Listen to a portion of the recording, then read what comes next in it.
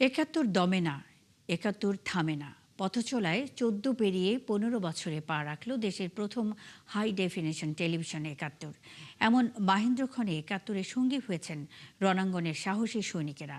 এ সময় একাত্তর টেলিভিশনের চেয়ারম্যান বলেন, বস্তুনিষ্ঠ সংবাদ পরিবেশনের মধ্য দিয়ে একাত্তর জনমানুষের প্রত্যাশা পূরণ করবে।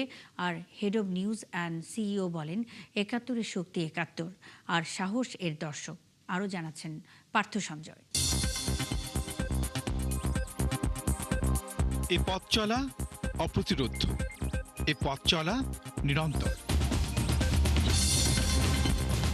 সংবাদ নয়, সংযোগ প্রত্যয়ে ১৪ পূর্ণ করে ১৫ বছরে পা রাখা। একাত্তরের এমন আনন্দক্ষণে সঙ্গী হয়েছেন মুক্তিযুদ্ধের শ্রেষ্ঠ সন্তানেরা। একাত্তর পরিবারের সঙ্গে ভাগ করেছেন উদযাপনের মুহূর্ত।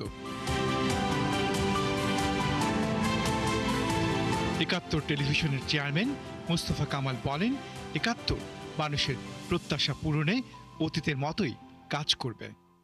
১৫ বছরের পদার্পণের এই শুভক্ষণে দর্শক, বিজ্ঞাপনদাতা, কেবল অপারেটর এবং শুভানুধ্যায়ীদের জানাচ্ছি আন্তরিক শুভেচ্ছা ও অভিনন্দন।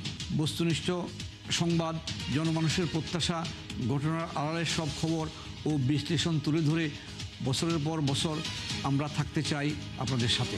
Head of news Shafiq Ahmed, তার কাছ থেকে জানতে চাই। আর head of news and CEO বলেন, মুক্তিযুদ্ধই একাত্তর টেলিভিশনের মূল ভিত্তি ও প্রেরণা। একাত্তর কখনো থামেওনি, একাত্তর কখনো দমেওনি।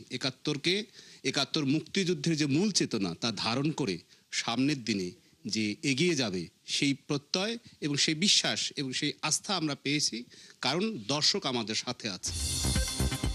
রণাঙ্গনের সাহসী সৈনিকেরা একাত্তরের গৌরবময় স্মৃতি ভাগ করে প্রত্যাশা জানালেন, একাত্তর সেই চেতনাকে লালন করে সামনে এগিয়ে যাবে।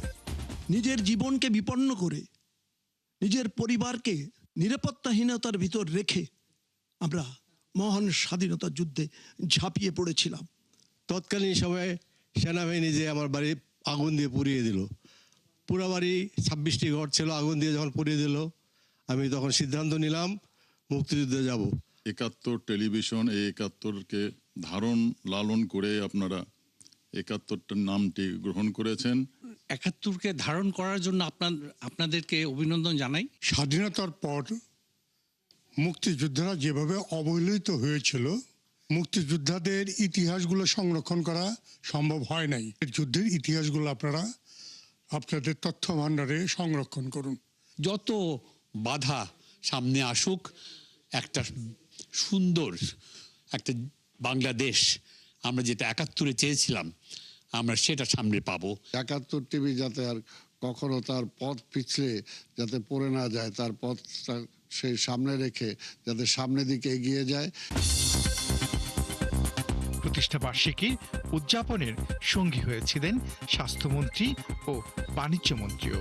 একাত্তর নামটির সাথে আমাদের একটা ইতিহাস জড়িত।